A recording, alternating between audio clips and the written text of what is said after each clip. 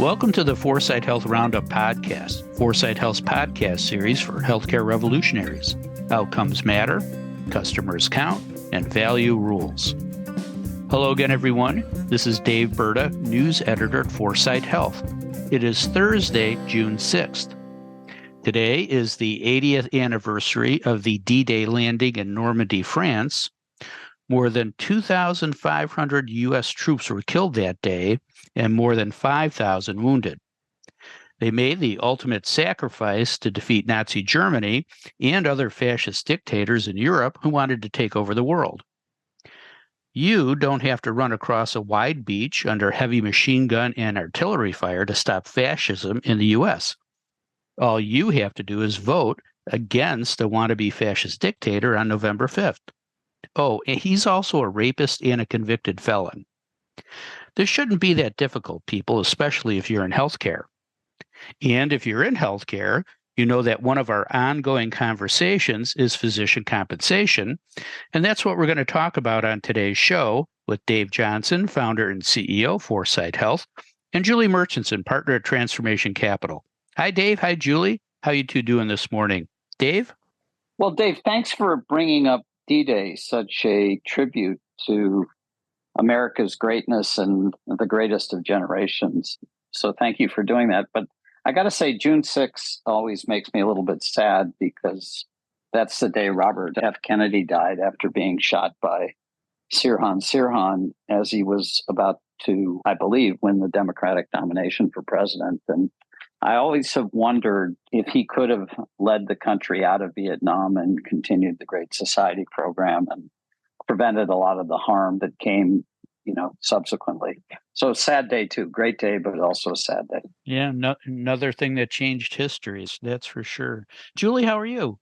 I am well. I spent the last few days with the NCQA board talking about where quality measurements headed with all these changes to delivery and technology and innovation. And just say, there's so many exciting things that could happen with just a few tweaks here and there. So I'm energized. Yeah, an optimistic tone. Before we talk about how and how much physicians make, let's talk about your connections to World War II. Dave, any friends or relatives fight in World War II, either in Europe or in the Pacific Theater? Not really. My parents were Korean War generation, which means my grandparents were too old to fight in World War, and their relatives, not to mention they were all in Norway. But so not really. Most of the veterans I know are either Korean War, Vietnam, or the Iraq wars, including my new best friend, Perfecto Sanchez. Right. Yeah, I'm in the same boat. I have to go back a couple generations, which I'll mention in a second.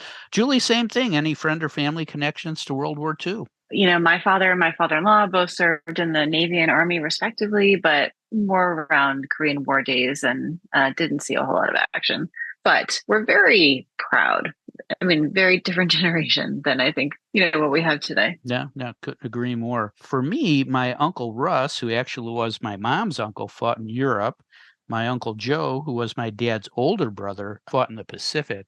Like you, Dave, my dad was a Korean War generation. And then my father-in-law, Joe Shamit, also fought in the Pacific in World War II. They all came back, got married, got jobs, raised families like it was no big deal. Truly amazing. I complain when my back hurts after I do a little yard work as I open up a cold beer. What a life. Right? They fought for you, Dave. They did. You know who also does a lot of complaining? Doctors. They complain about money. We're going to talk about how and how much doctors get paid thanks to 3 new reports. One from the American Medical Association, one from the online physician platform Doximity, and one from the Medical Group Management Association. Let me give you the top line findings of each and then get your reaction. The AMA report said 68% of doctors received at least some of their compensation from salaries in 2022. That's up from 60.2% in 2012. 55% of physician compensation came from salaries in 2022. That's up from 50.1% in 2014.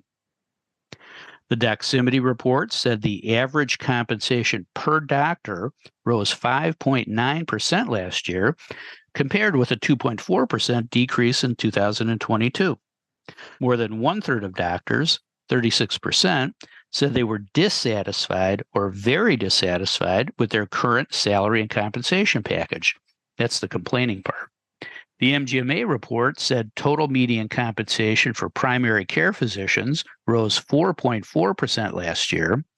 Surgical specialists enjoyed the same bump, 4.4%. Total median comp for non-surgical specialists rose just 1.8% last year, but the total median comp for advanced practice providers jumped 6.5% in 2023. Dave, as always, a lot to unpack here. What do you think about how we're paying physicians and the fact that it hasn't really changed much over the past decade? And how would you change that to create more value for consumers? Hasn't changed much over the last decade. How about the last 50 years? Yeah. Still fee-for-service driven, activity-based, not linked to desired outcomes, still operating largely in concert with the hierarchical captain of the ship. All responsibility is mine leadership model with which we acculturate physicians in medical school even today. So interdisciplinary, interprofessional, team-based care for far too many doctors remains an anathema. So what do I think about how we're paying doctors and the fact it supports this archaic way of delivering medicine? Not much. Right. I particularly like the Doximity report. The anomalies contained within it are just breathtaking and speaks to the artificial nature of medical compensation in the country. West Coast doctors make more than East Coast doctors. Doctors in Boston and Washington, D.C. are among the lowest paid, even though they live in two of the highest cost of living cities in the country. The gaping gender pay gaps and the fact that most male doctors don't believe there's a problem. High paid surgeons making 3 times more than primary care physicians. And we wonder why there's a shortage of primary care physicians. On this last point, let me tell a story from when I was writing my first book, Market versus Medicine. My friend Zeke Emanuel and I were doing case studies together. He was writing yet another of his many books. And we went up to the Dean Clinic in Madison to look at their model integrated system. They've in mid-Wisconsin, they had an insurance company that covered about half of their patient volume. And they really celebrated their primary care physicians. They took us to a clinic. Every time we asked, they went on and on about how they were the physicians, they were the brand, they were the primary connection point with customers, all the things you want to hear. And then the last session of our 2 days in Madison, we met with the senior executive team. And I made the observation that they really had a high regard for their primary care physicians. And they just, again, exalted the virtues of primary care physicians and what they do for the Dean Clinic and the community and so on. And so then I said, well, based on how important they are, I assume over time that means you're paying your primary care physicians relatively more than your specialty care physicians. And that's when the gobbledygook started. I mean, I honestly didn't understand the next 10 minutes of what I heard because they had no way of justifying the fact that their specialists were making 3 to 4 times as much as their primary care doctors. And I ran into Craig Samet, who at that time was at Anthem, but he was the old CEO of the Dean Clinic. And I was telling him the story. And Craig just chuckled and he said, well, we probably ought to be paying them both around $400,000. What we do is we pay the primary care $200,000 and the specialist $800,000 and just paper over the differences. So, there we are. We've got this system that really doesn't align with our desired outcomes for the medical profession. So I'll wrap it up here because I know I'm waxing on a little long here, but there's no easy fix. But the long-term trend is clear. We need to shift resources away from high-cost specialty care and the high-cost facilities they require into more preventative care, health promotion, chronic disease management, and integrated behavioral health services. Staff accordingly and let the chips fall where they may.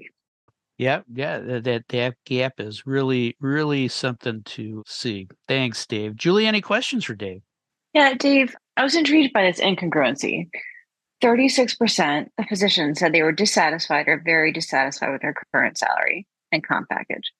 And yet 75% of physicians surveyed said that they're willing to accept or have already accepted lower pay for more autonomy or work-life balance. Numbers just seem a little bit wide to me on those. What do you think?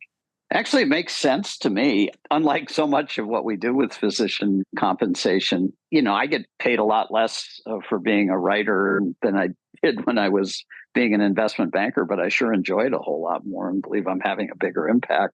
Those really have tangible value. And I think what's coming out in these numbers, Julie, is how dissatisfied physicians are with the way they're working. And if they can make their work-life integration better, they're willing to accept less money for it. I don't think it's any more complicated than that. Although the fact that physicians are complaining about how much we pay them isn't a surprise at all. That seems to have been going on forever.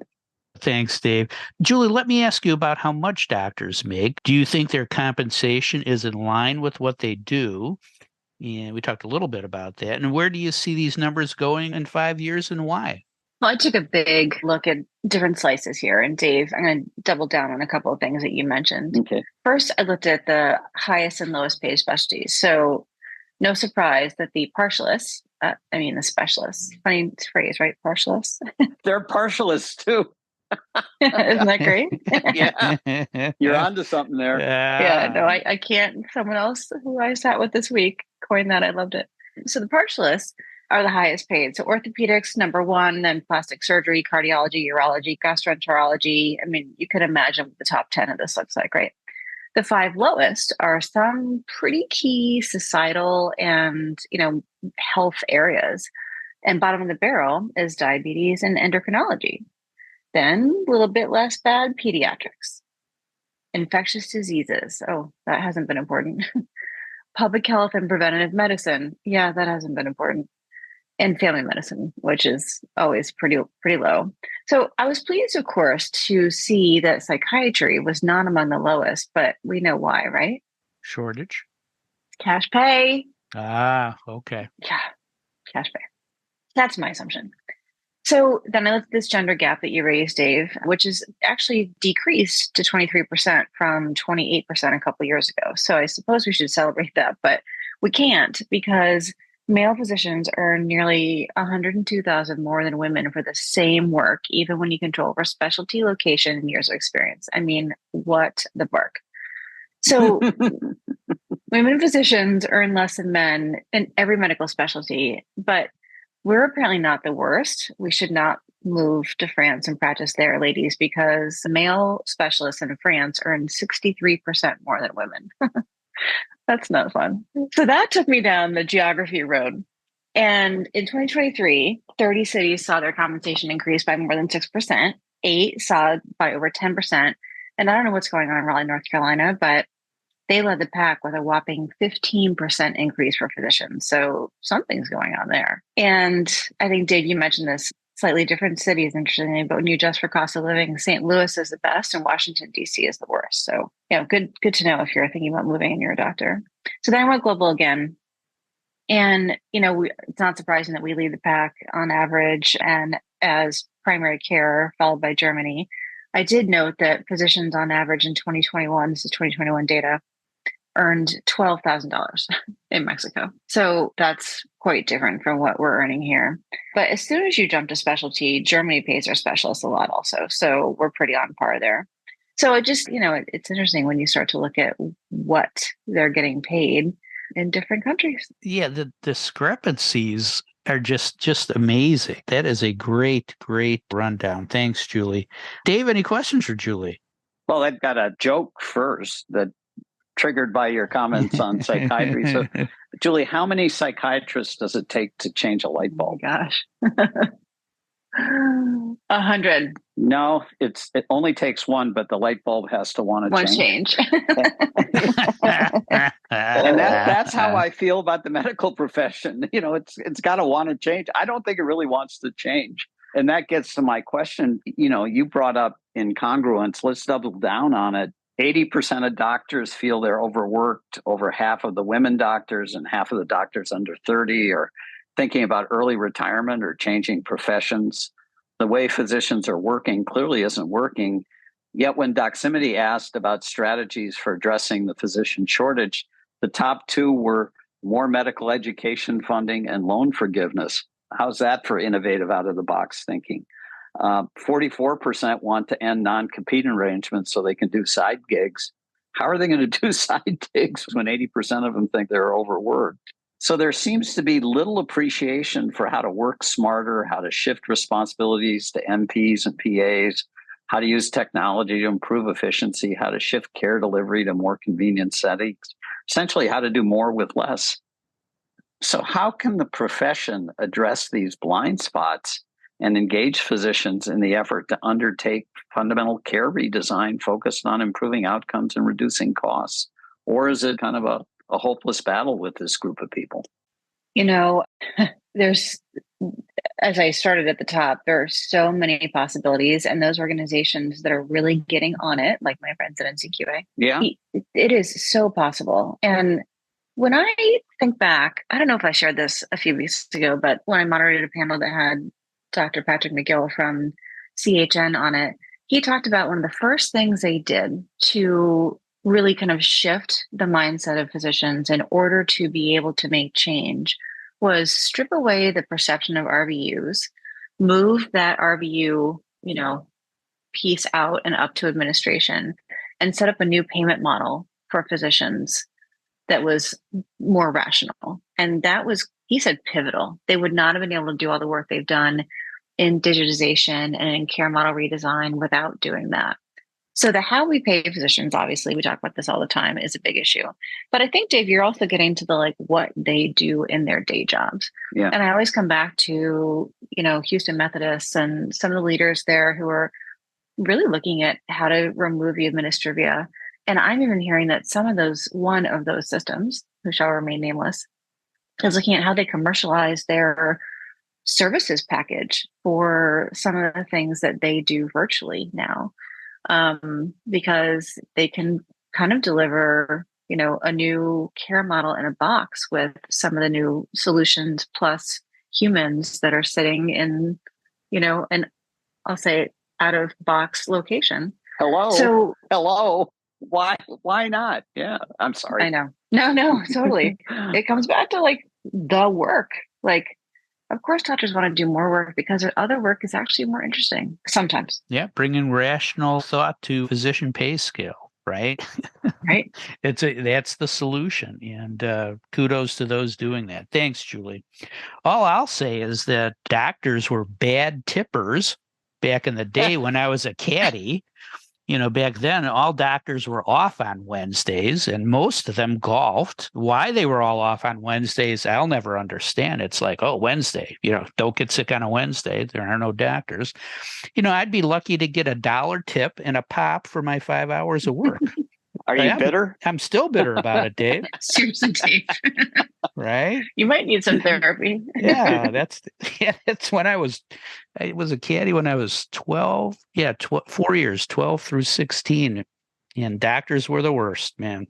Anyways, now let's talk about other big news that happened this past week. It wasn't all bad, was it? Julie, what else happened that we should know about?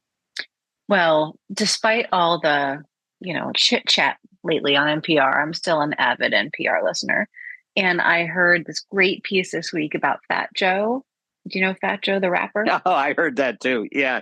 Oh, it's so awesome. This dude has been up on the Hill 3 years running, talking about hospital price transparency, and he's fighting for it in DC. And what's interesting is when I got off the train in DC a couple of days ago, I saw this advertisement with some, a couple of guys who talked about, who were basically saying that hospital costs have got to change. They're robbers. And I thought to myself, oh my God, that's the best ad ever. And then it switched, right? Like ads do these days. And I couldn't go back and figure out what it was. And I was in a hurry. But I think Fat Joe must have just been on the Hill because there was this ad totally aligned with his messaging. You have to listen to it. Influencers, man, they're getting on price transparency. That's something else. He was great. Yeah. David, what were you going to say? My favorite part was he'll talk to anybody. He goes, pricing transparency for healthcare. It's not a Republican issue. It's not a Democratic issue. It's an American people issue. Like, way to go, Fat Joe. That's great. You know? Dave, what other news is worth mentioning this week? Well, speaking of Congress, what do you all think of the Republicans in the Senate blocking nationwide access to contraception this week? I mean, do they not realize that women vote? I mean, do they actually want to lose elections? So, just the idiocy continues. And then on a personal note, we announced this week that I'm becoming the first board member and strategic advisor for a company called Spark Change Health in Kansas City that does touchless process automation. And I'm pretty excited about that. Great little company. Yeah. Congratulations. Yeah. Thank you. And you'll get some Kansas City barbecue, right? Oh, no, you don't eat meat, Dave. Barbecued tofu. Don't hate it until you try it. All right. They'll have some vegan choices for you there. That's great. That is all the time we have for today. Thanks, Dave, and thanks, Julie. If you'd like to learn more about the topics we discussed on today's show, please visit our website at foresightshealth.com. You also can subscribe to the Roundup on Spotify, Apple Podcasts, YouTube, or wherever you listen to your favorite podcasts. Don't miss another segment of the best 20 minutes in healthcare. Thanks for listening. I'm Dave Burda for Foresight Health.